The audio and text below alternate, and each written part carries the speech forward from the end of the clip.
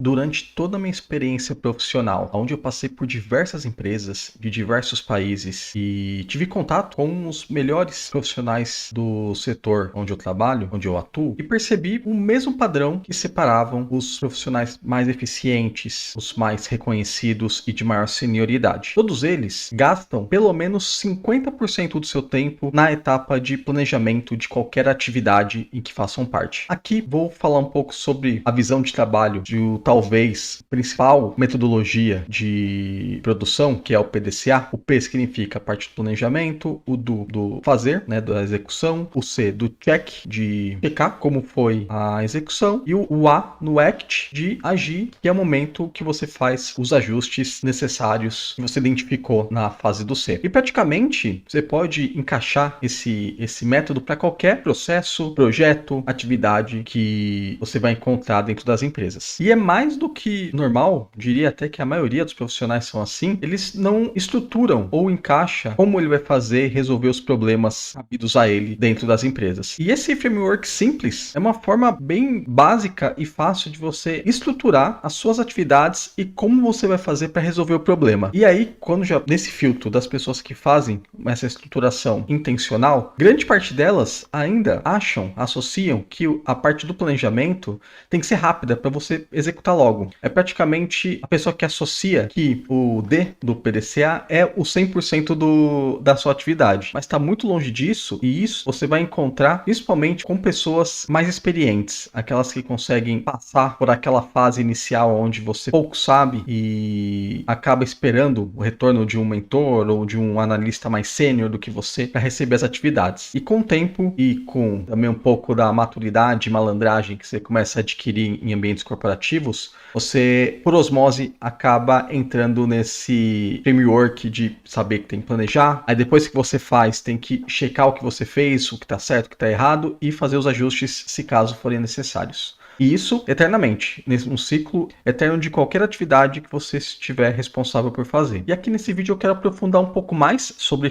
esse conceito e também te mostrar as vantagens de forma prática do que você tem que gastar pelo menos metade de todo o seu tempo na fase de planejamento. E o primeiro ponto quero trazer aqui à tona a famosa frase atribuída a Einstein, aonde ele fala que se ele tiver um problema para resolver, ele com certeza, se tiver 1 hora, ele vai gastar 55 minutos apenas para pensar em como resolver o problema e os 5 minutos finais em resolver o problema. Logicamente, quando a gente traz para o framework PDCA, não é exatamente dividido dessa maneira, pois ainda tem que incluir dentro desse processo o check e o ajustar, né?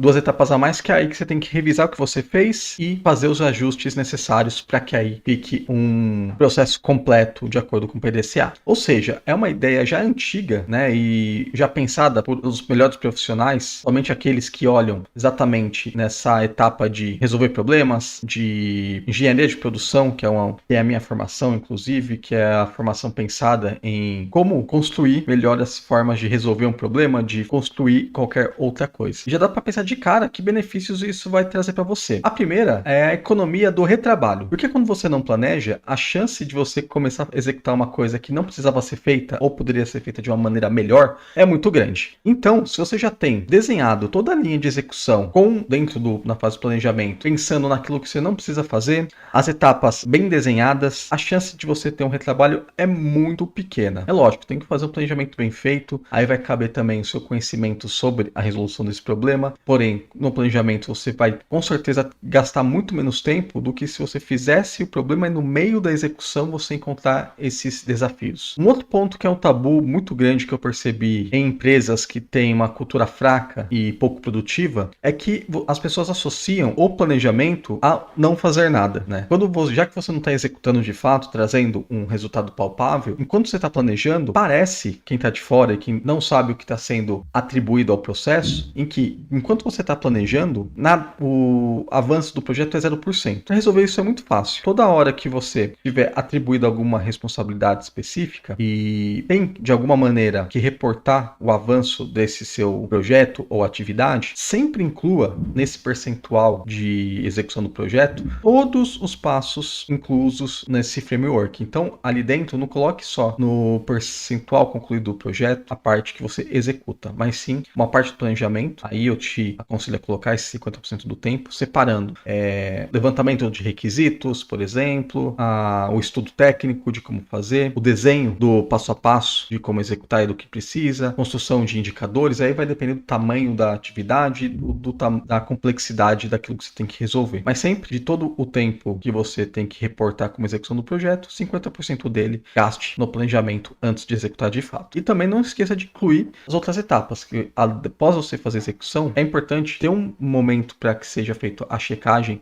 dessa execução. Aí pode ser até mesmo a parte que você convidar ou pares, ou o gestor, ou responsáveis por esse projeto específico, e também colocar mais um percentual de tempo, aí você não vai ter muito controle, que vai depender do que vocês alinharem no check, que é para fazer os ajustes se necessários após a etapa do C, né, do check. E um outro ponto que traz também essa associação que eu falei no começo do vídeo é o aumento clássico da credibilidade e do reconhecimento seu profissional. Já que uma pessoa, um profissional que entenda mensurar muito melhor o projeto, uma pessoa que se preocupa em traçar exatamente como executar esse trabalho, e no final do dia vai trazer menos erros, menor risco operacional, menor chance de retrabalho ao fazer todo esse processo mais estruturado, com certeza você vai ser visto de uma forma muito mais profissional por outros colegas, até mesmo pelo seu superior ou responsável aí do projeto.